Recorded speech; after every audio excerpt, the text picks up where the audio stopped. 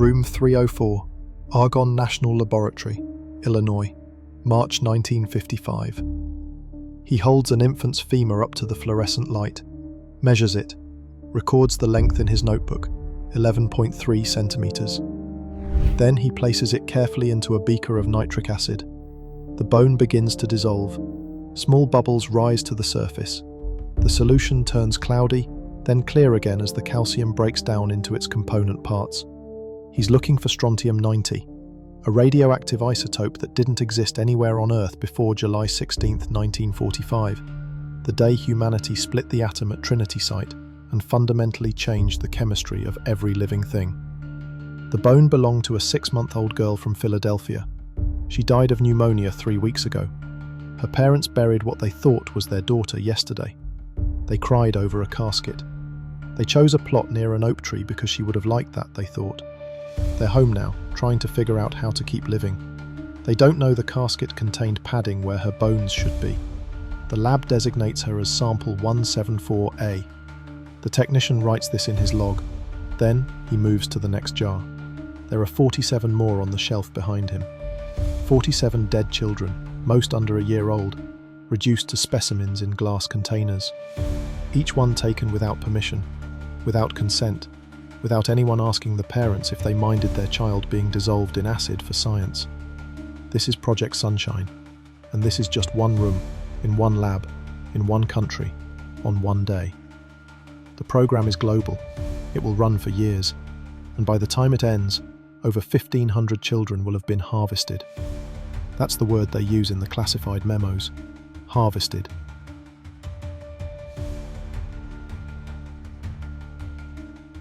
August 6, 1945, Hiroshima. 8:15 a.m. The Enola Gay releases a single bomb. In 43 seconds it falls 31,000 feet. At 1,968 feet above the city, it detonates. The temperature at ground zero reaches 7,000 degrees Fahrenheit, hotter than the surface of the sun. 70,000 people vaporize instantly. Their shadows burn into walls and pavement, dark silhouettes of people who no longer exist. By the end of 1945, the death toll reaches 140,000. 3 days later, Nagasaki. Another 70,000 dead in the first seconds. But here's what the Manhattan Project scientists don't fully understand yet. The killing doesn't stop when the fires go out. In the weeks and months that follow, doctors in Japan notice something new. People who survived the initial blast, people who seemed fine, who walked away from the rubble, start dying. Their hair falls out in clumps. Their gums bleed spontaneously. Strange cancers bloom in their organs. Children born to survivors come out deformed. The bomb didn't just destroy, it poisoned, it altered. It broke something fundamental in the world. And by 1952, as the United States and Soviet Union begin a nuclear arms race, detonating hundreds of atomic weapons in the atmosphere, scientists realize the poison is spreading.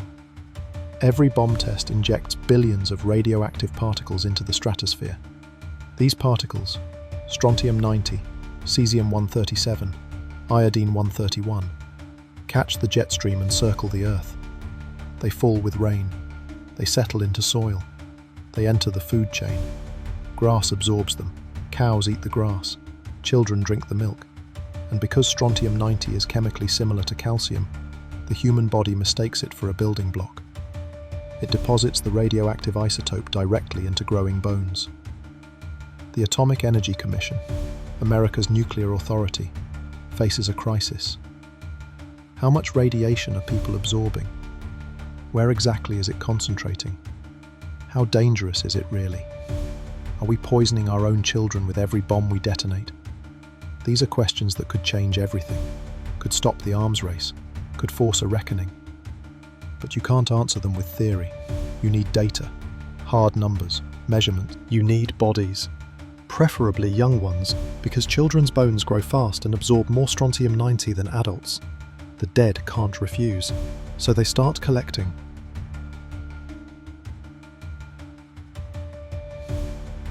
The operation begins in 1953 under the codename Project Sunshine. The name is deliberate, cheerful, harmless. It sounds like a public health initiative or a community gardening program, not a systematic campaign to harvest the bodies of dead babies.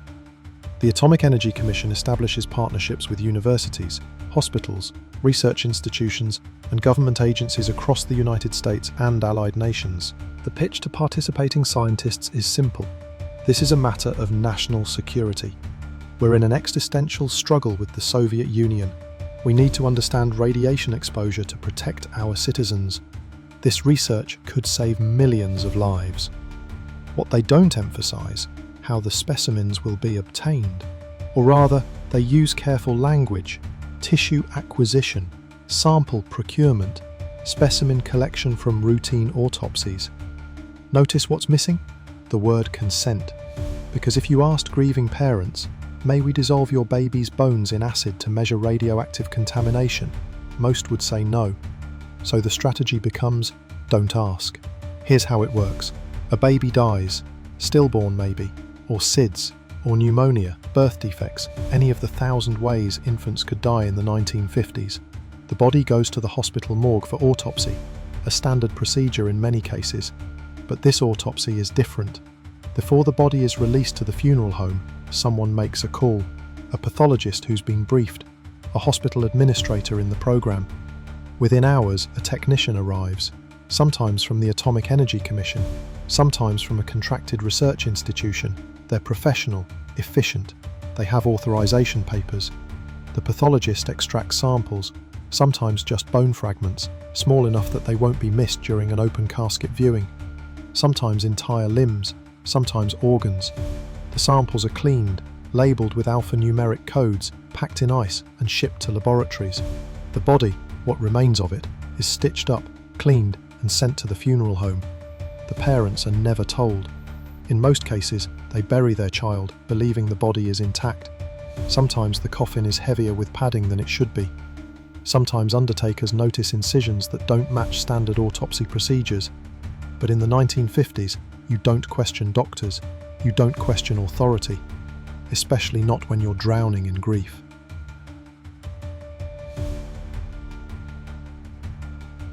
Brooklyn, New York, 1956.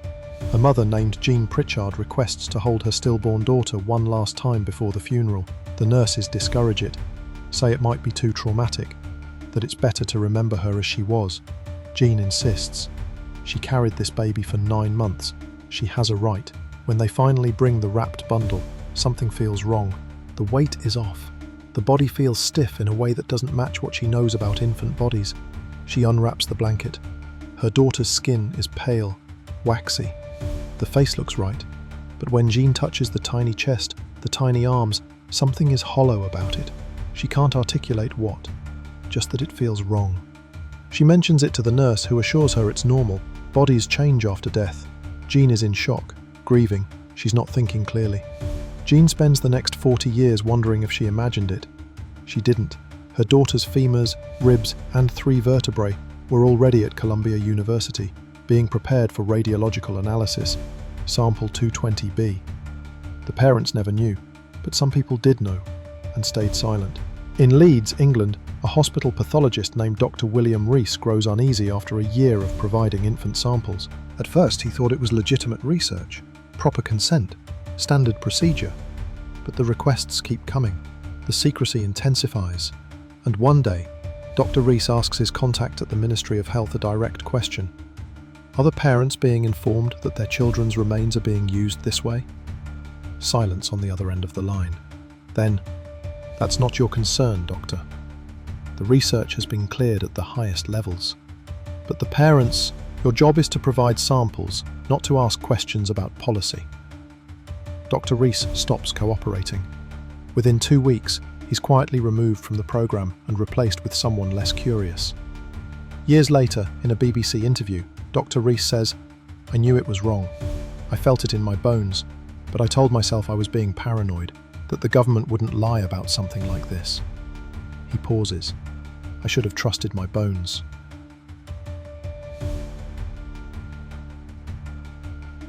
Listen, if you're still watching this, you're already uncomfortable. Good, you should be. Because most people click away when history stops being about history and victories and starts being about the things we did in the dark. The things we justified. The things we're still justifying. But you're still here. That means something. It means you're the kind of person who doesn't look away when it gets hard, who wants truth even when it's ugly. So thank you, seriously. If you want more stories like this, the ones they don't teach, the ones that make us question what we're capable of, hit subscribe. I promise the next one will be only slightly less soul-crushing. All right, let's go deeper.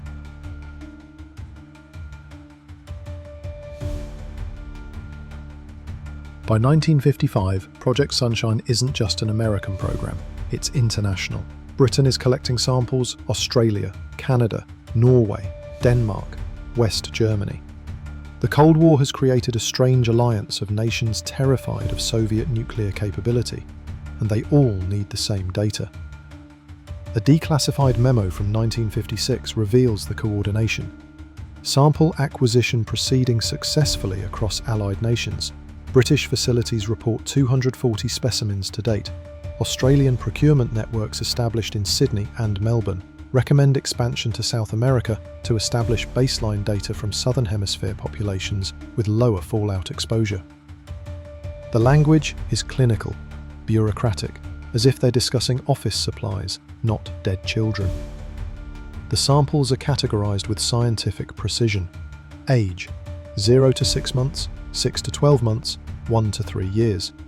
Geography: Northern versus Southern Hemisphere. Diet: breastfed versus formula-fed. Location: urban versus rural.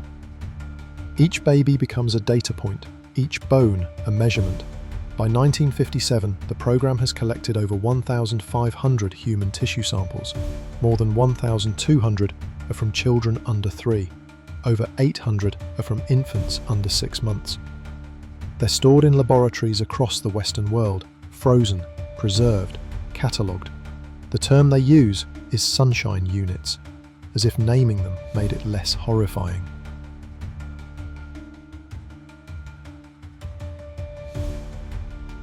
Here's the terrible irony. The research works. Project Sunshine produces groundbreaking data that proves unequivocally that atmospheric nuclear testing is contaminating the global food supply.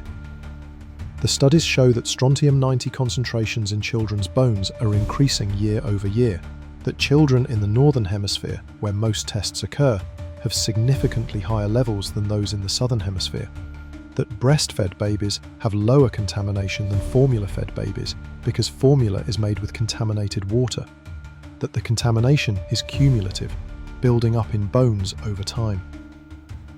The data is published in classified scientific journals, it's presented to military officials and politicians, it's used to model long-term health impacts, and it proves what some scientists already suspected. We're poisoning our own population. Every bomb we detonate is adding to the global radiation burden. The question becomes, what do we do with this information? The logical answer would be, stop testing. The data proves the danger, stop poisoning the world. But that's not what happens. The United States continues atmospheric testing throughout the 1950s. The Soviet Union continues. Britain continues. France begins testing and continues. China will start and continue. Because the geopolitical stakes are too high. Because stopping means admitting weakness. Because the arms race has its own momentum. Between 1945 and 1963, over 500 nuclear weapons will be detonated in the atmosphere. The radiation from those tests is still in the environment today, still in the soil, still in the bones of everyone born after 1945. Project Sunshine proved we were doing this to ourselves. We kept doing it anyway.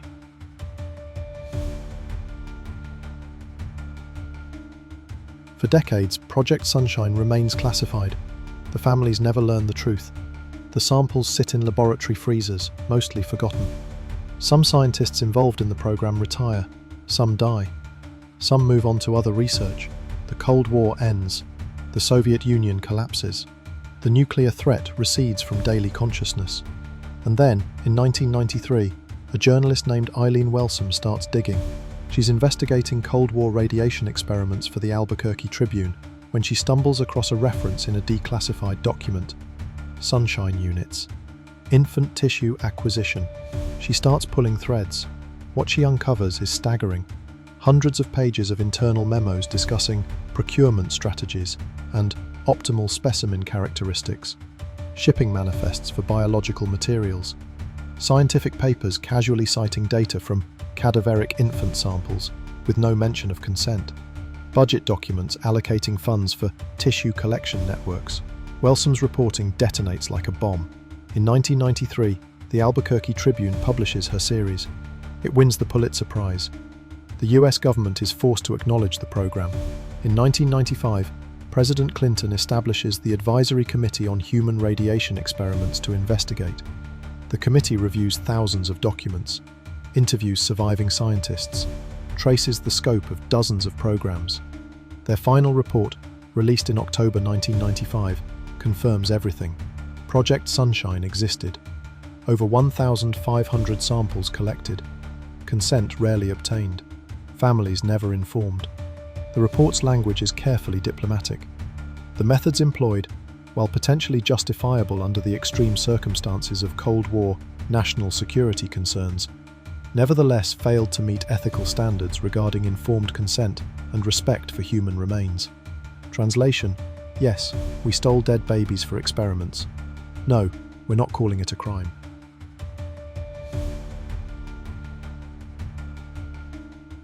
October 3rd, 1995.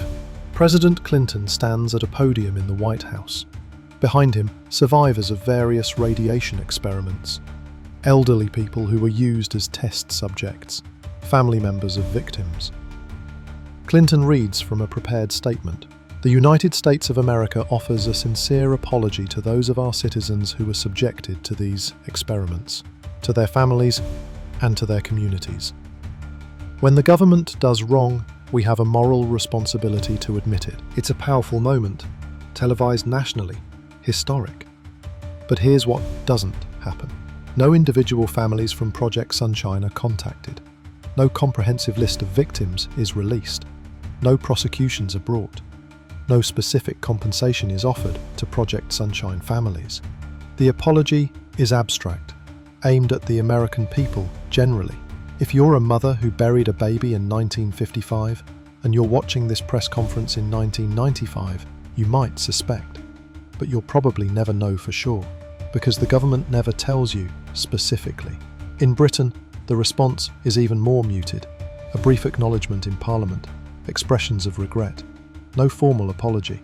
Australia releases a one-paragraph statement. Canada says the program was consistent with the ethical standards of the time.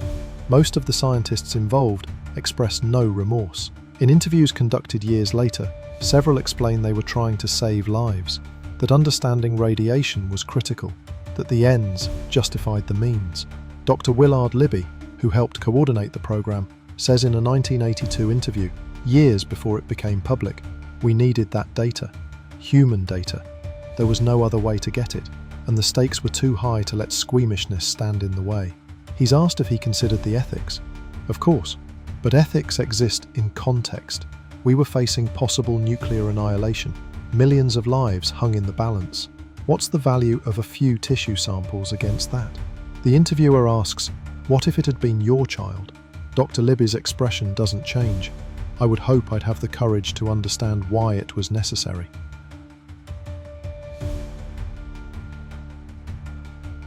Here's the question that haunts this story. Was it worth it? Did the data from Project Sunshine save lives? Maybe. The research contributed to the body of evidence that led to the 1963 Partial Test Ban Treaty, which moved nuclear testing underground and dramatically reduced atmospheric contamination. You could argue those children's bones helped protect future generations. You could also argue that governments learned how dangerous their tests were and kept testing anyway for a decade. That the data didn't stop the arms race, it just made it more informed. That the real value wasn't protecting people, but calculating acceptable losses. Here's what we know for certain. Those 1,500 children didn't choose to contribute to science. Their parents didn't consent. Many families went to their graves never knowing. And the people who made the decision to harvest these bodies never faced consequences. That's not science, that's not even utilitarian ethics. It's power doing what power does, taking what it wants from those who can't refuse.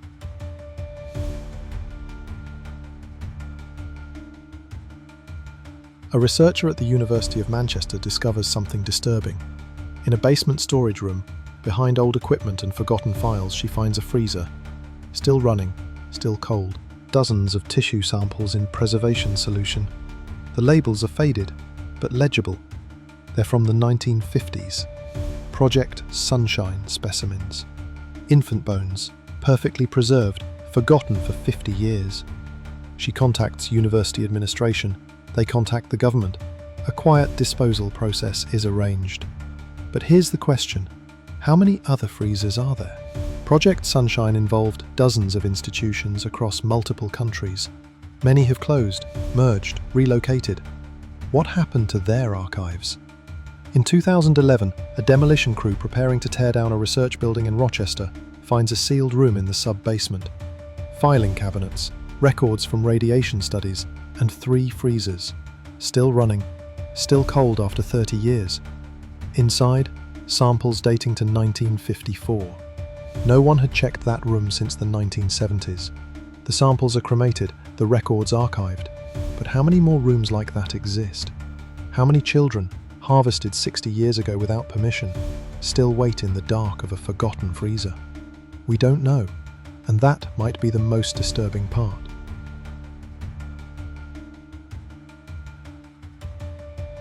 Project Sunshine ended in the late 1950s as atmospheric testing declined and technology improved, but its impact continues.